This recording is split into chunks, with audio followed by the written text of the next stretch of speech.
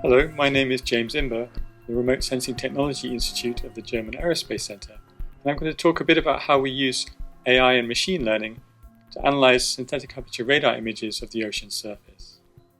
There are a broad range of topics that can be investigated with such images, from wind and sea state extraction to ship detection and bathymetry.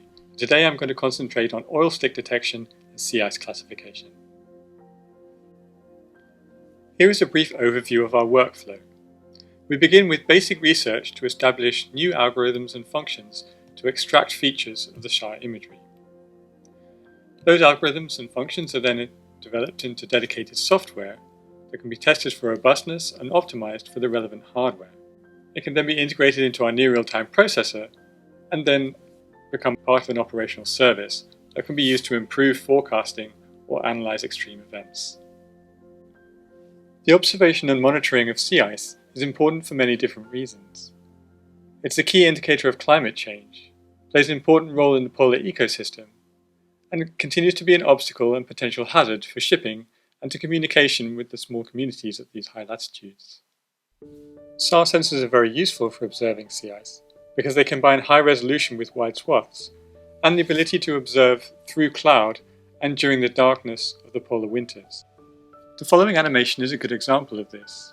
The data was acquired over 9 days in March of 2019 over the Arctic.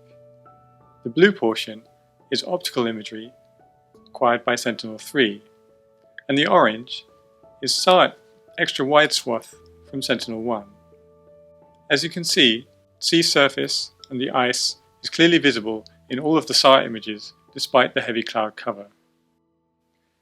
Sea ice classification is an image segmentation problem, whereby each portion of the image is assigned a class.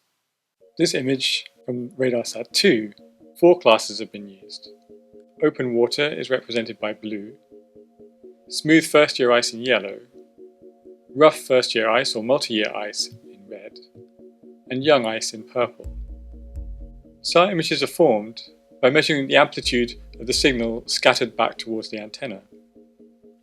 The first approximation, the rougher the surface, the stronger the backscatter, and the brighter that region will appear in the final image. SAR sensors can also use a combination of different polarizations to add additional information about the surface geometry. In this example, you can see that the bright regions with strong backscatter are classified as rough first-year ice, and the dark regions with very low backscatter are classified as open water. This image is a particularly nice example because all of the features in the classification are clearly visible in the original image. This image is a composite of extra wide swath acquisitions by Sentinel-1, and here the situation is rather more complicated. The extra width of this acquisition mode means that the incidence angle can change much more greatly from one side to the other, which means that the same geometry can appear quite different in the image. Furthermore, if the local weather conditions change, that can also impact the brightness of the same feature in 2 different images.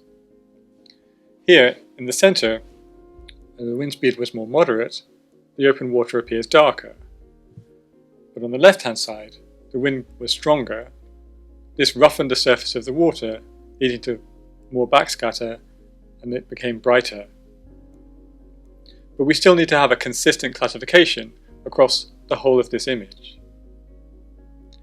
What that means is that we can't rely purely on just a radiometric information, but we also have to incorporate spatial or local textural information. And this is where the machine learning comes in, and AI. The first step in incorporating spatial information was to develop some textural features, for example using gray level co-occurrence matrices, and then combine those using a shallow neural network.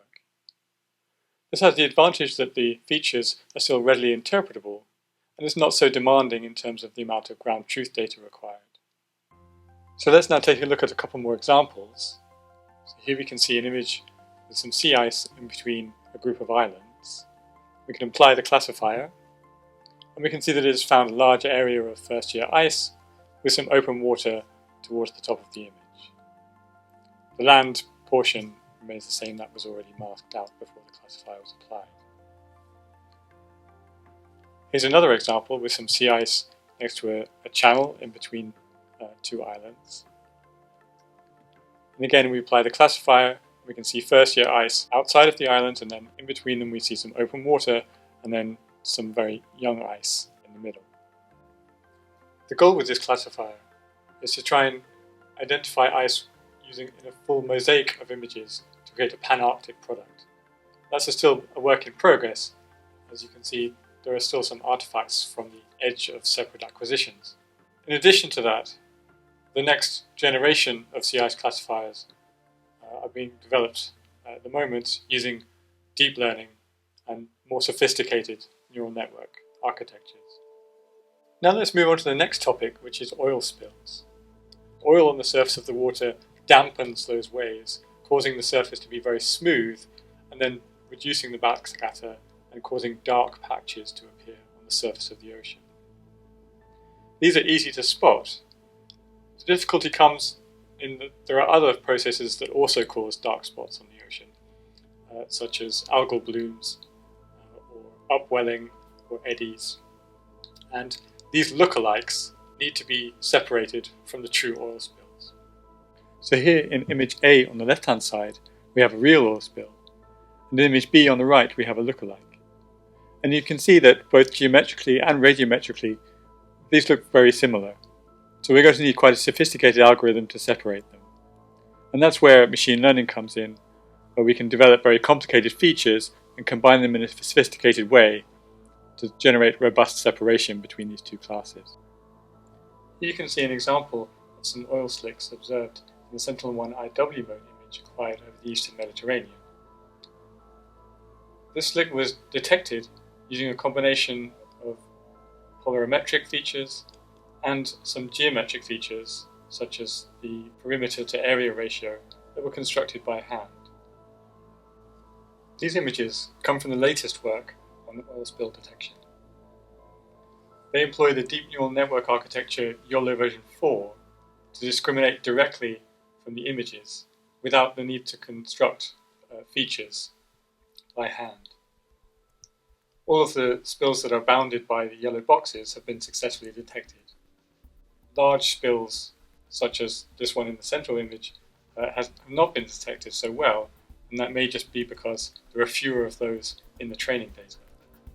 However, this shows a way forward to improve further the discrimination between oil spills and lookalikes.